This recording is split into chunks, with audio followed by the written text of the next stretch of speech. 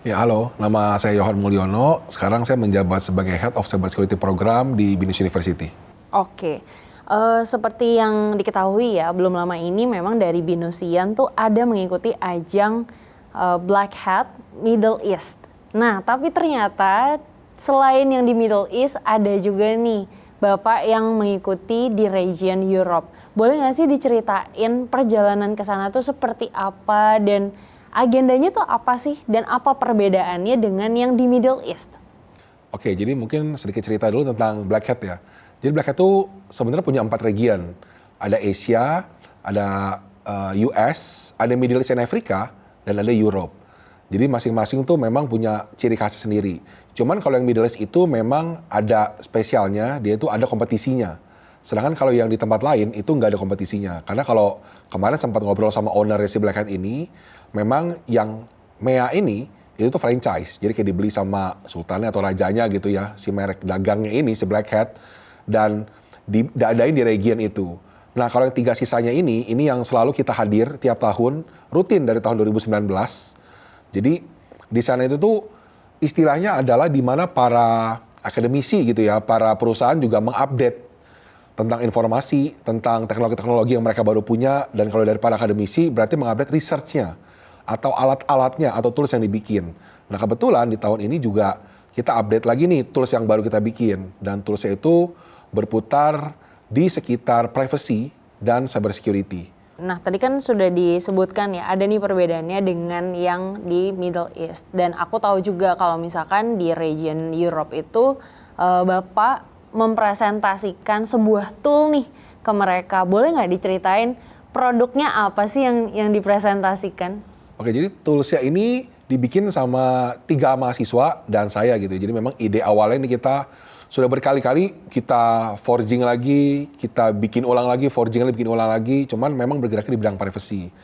Jadi pada dasarnya itu kenapa kita geraknya di bidang privacy? Karena Eropa itu kita kenal sebagai dunia yang dunia privacy yang sangat kuat sekali gitu loh di Eropa itu.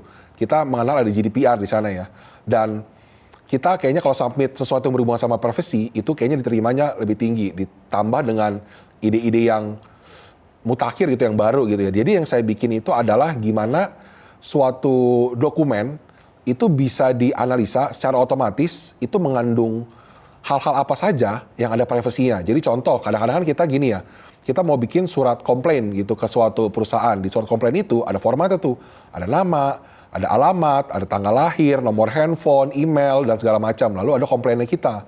Nah, di zaman sekarang kita tahu nih, yang ngurusin komplain ini mungkin aja, kemungkinan besar sih, males. Jadi tinggal upload aja ke ChatGPT atau upload ke Gemini gitu ya. Lalu mereka bilang, tolong dong, ini orang komplain apa sih? Nah, pada dasarnya ChatGPT atau Gemini itu kan nggak perlu tahu ya, nama saya siapa, saya tinggal di mana. Yang perlu dia tahu adalah ini konteksnya sebenarnya apa. Nah, itulah yang mau kita buat. Jadi ada dokumen, nanti otomatis itu semua data-data privasi, data-data private-nya itu disensor. Tapi kita nggak mau konteksnya itu hilang. Jadi komplainannya nggak hilang, tapi data-data saya seperti nama saya Yohan itu hilang. Jadi tulisannya jadi nama A. Lalu alamat hilang juga, jadi alamat A. Lalu umur juga jadi hilang, jadi umur A. Jadi semua itu disensor, tapi ketika kita masukin ke ChatGPT atau ke Gemini, kita tanya nih, ini customer komplain apa sih? Dia tetap tahu. Si bapak dengan nama A ini, itu komplain tentang misalkan kartu kreditnya kepake nih 2 juta, yang nomor belakangnya ini. Dia tidak merasa menggunakan kartu kredit ini untuk transaksi ini. Dan nggak perlu tahu sebenarnya namanya siapa. Karena what if-nya itu adalah gimana kalau suatu saat nanti AI mengkhianati kita, LLM mengkhianati kita. Ya mungkin aja bisa, mungkin aja enggak. Tapi ini adalah suatu bentuk dari pemikiran kita, dari research kita sebagai preventive countermeasures-nya. Kalau dikhianati, semua data kita gitu ya dibocorin, disebar. Seenggaknya ya ada alat kita yang ngebantuin untuk dari awal nih membiasakan orang mensensor gitu ya mungkin istilahnya ya, itu data-data pribadi yang ada dalam dokumen tersebut gitu. Berarti secara spesifik ini tuh meminimalisir identitas ya. Identitas penyebaran doxing seperti itu ingin diminimalisir dengan tools ini. Betul. Sebenarnya menarik sih dengan pernyataan bahwa AI ini mungkin mengkhianati kita, tapi aku lumayan teringat dengan pernyataan bahwa ini kan sebenarnya dioperasikan sama manusia lagi ya. Takutnya ada oknum-oknum yang tidak bertanggung jawab. Karena AI tidak bisa meminimalisir itu, mereka akan mengulik-ngulik nih identitasnya siapa, terus juga untuk nomor-nomor privacy yang sebenarnya orang nggak boleh tahu kayak gitu. Nah, untuk pengaplikasiannya sendiri tuh itu seperti apa ya? Apakah dari ChatGPT atau Gemini atau produk AI lainnya itu langsung tersupport di sana menjadi satu fitur yang bisa langsung kita klik atau seperti apa? Oke, kalau untuk sekarang itu aplikasi ini terpisah. Jadi bentuk itu memang desktop application. Kenapa kok terpisah? Karena sebenarnya ide awalnya adalah gini. Kalau kita mau build application dari awal dan kita kasih yang jadi, ini kan bisa juga menimbulkan pertanyaan ke orang-orang yang mau pakai loh. Kalau ini ujung-ujungnya saya kasih data juga ke aplikasi lain juga, ya bedanya apa? Nah, oleh karena itu kita kasih sebenarnya package-nya, kita kasih source code-nya. Itu dari orang yang mau pakai, itu bisa compile sendiri. Istilahnya itu adalah mereka bisa bikin aplikasi sendiri di mesin mereka sendiri atau di server mereka sendiri. Dan mereka punya kendali penuh. Cuman in the future development, kita pengennya ini menjadi suatu add-ons gitu ya kalau bisa, mungkin di browser. Jadi nanti ya mereka tetap build sendiri dari awal, tapi tidak menambah satu proses lagi. Kalau sekarang sih memang kita masukin dulu ke aplikasi, nanti aplikasi sensor, download lagi, lalu nanti hasil downloadannya inilah yang dimasukin ke ChatGPT. Cuman kita memang menyadari bahwa ya nambahin satu bisnis flow lagi nih, yang dimana ini mungkin kadang-kadang bikin males gitu ya. Tapi in the future development kita berharap nantinya ini bisa jadi suatu add-ons, jadi nggak perlu tuh dipisah-pisah, jadi pasti upload, itu langsung ketahuan tuh, oh ini privasi semua nih data-datanya nih, tinggal diklik aja, semuanya ke sensor. Maunya sih gitu ke depannya. Cuman kita berharap ini akan terus berlanjut ya, karena research itu kan seharusnya terus-terusan berlanjut, nggak cuma sekali putus gitu. Jadi kita memang masih mau mengejar ketertinggalan, biar ini menjadi suatu aplikasi yang lebih sempurna lagi dan banyak orang bisa pakai tanpa harus pindah-pindah tempat lah gitu. Oke, berarti ini aku bisa bilang sebagai salah satu pilihan ya yang cukup strategis sih sebenarnya untuk awal-awal ya, karena nantinya akan dikembangkan lagi. Nah, untuk kritiknya sendiri nih, karena aku tahu Black Hat di Europe juga lumayan bergengsi ya. Kritik, ada nggak sih kritik yang masuk akhirnya terkait produk ini? Oke, jadi salah satu kritik yang kemarin ada beberapa yang kasih juga terkait dengan integration itu sendiri. Jadi memang kalau dari banyaknya kritik, itu ada yang bilang, itu nggak ada yang benar-benar tuh nggak kritik tentang, oh ini tampilannya jelek. Karena tampilannya itu sangat simple, tampilannya juga intuitif juga, jadi maksudnya nggak perlu sampai bingung, ini tuh cara pakainya gimana. Dan cara untuk customization-nya si privacy-nya itu juga sangat simple. Jadi bahkan mereka tuh sampai ada yang nge-praise gitu, bahwa ini bagus banget gitu. Maksudnya aplikasi jadinya itu tidak seperti dibikin oleh mahasiswa, seperti kayak perusahaan gitu yang bikin. Tapi memang kritiknya adalah sayang banget belum bisa integration secara langsung. Jadi kalau bisa ini dibentuk dalam add-ons, itu akan sangat oke gitu. Jadi kan orang nggak perlu belajar cara pakai apps lagi, dengan masukin dokumen ke dalam ChatGPT, udah ada add-onsnya, tinggal di set sensor selesai. Jadi nggak perlu mempelajari hal baru lagi. Jadi itu sih sebenarnya kritik yang kemarin ada beberapa orang yang ngasih, ada 2-3 orang lah kemarin yang ngekritik hal itu. Oke, tapi kalau misalkan yang aku tahu kan di Middle East itu pencapaiannya di 6 dunia ya. Kalau ini dia posisinya tuh penghargaannya tuh seperti apa sih? Oke, jadi bedanya adalah Middle East itu sebenarnya sama aja, kurang lebih sama yang region yang lain. Bedanya yang kita selalu ikutin di Middle East itu adalah kompetisi capture the flag-nya atau kompetisi hacking-nya untuk levelnya sebenarnya umum. Cuman kalau di kita kirim selalu mahasiswa. Pernah sih dulu timnya mahasiswa dan dosen di tahun 2022. Cuman untuk sekarang kita selalu kirim yang tim petir kita, tim mahasiswa. Nah, kalau itu peringkatnya kenapa ada peringkat 1, 2, 3, 4, 5, 6-nya gitu kan, kita peringkat 6. Itu karena memang kompetisi. Nah, kalau yang ini untuk masuk dan bisa present aja, itu juga levelnya submit dan ada reviewer board-nya. Reviewer board-nya itu bergengsi. Jadi kalau kita bisa buka gitu ya di websitenya Black Hat, itu reviewer board-nya dari Facebook Security, Google Security. Jadi memang mereka tuh kalau ada yang tidak jelas saja atau dari yang kita tuh kasih berupa link GitHub sebenarnya. Link GitHub yang dimana memang harus open source. Jadi artinya semua orang harus bisa akses. Jadi tidak bentuknya, ini loh saya kasih zip yang saya taruh di mana gitu nggak boleh. Itu memang harus open source yang orang tuh semua bisa akses.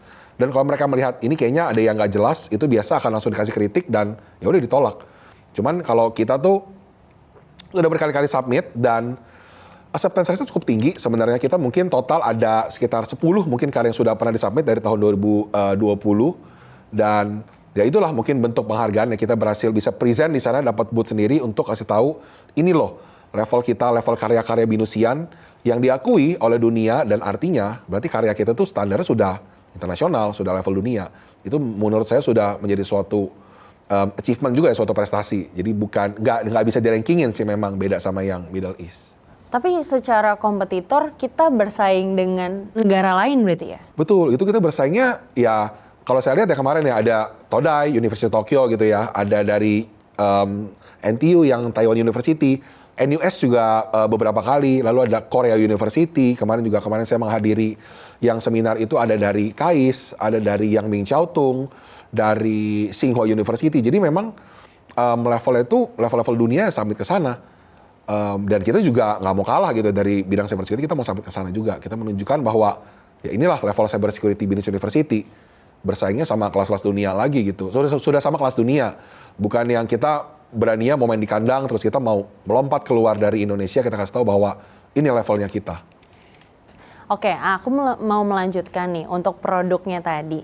Kalau misalkan kalian kan mewujudkan produk ini karena ada sebuah masalah ya, yang privacy tadi. Tapi kalau misalnya kita berangan-angan, what if ke depannya dari LLM sendiri nih akan memunculkan produk yang emang menjaga privasi itu sendiri. Apakah produk seperti ini akan tetap relevan? Atau sebetulnya jadi sebuah kebanggaan ya bahwa oh ternyata LLM juga berkembang loh, dan masalah-masalah yang tadi sudah dibuatkan produknya itu sudah selesai. Iya, sebenarnya benar. What if-nya adalah kalau misalkan LLM dari awal menjaga privasi, ini mungkin akan selesai.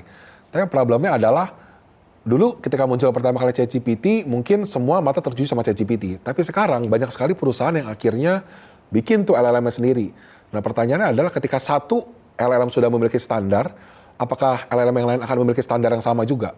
Dan apakah akan se-transparan dan se-open source kita gitu loh. Bedanya kalau di kita adalah ya kita kasih source code-nya gitu. Kalian bisa cari sendiri apakah kita nyimpan, apakah kita nyatet, atau kita mengambil data-datanya.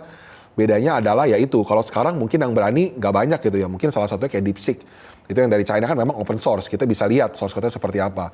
Tapi apakah nantinya ke depannya LLM yang lain kayak ChatGPT, Gemini gitu, Cloud, apapun itu, mau gitu, walaupun mereka bilang ini kita jaga nih, ya kalau semua penjahat ngaku kan penjara nggak akan muat gitu ya. Jadi kan ya kita tidak menuduh, kita cuman kalau bermain what if aja, itu kan yang dilakukan akademisi ya, researcher.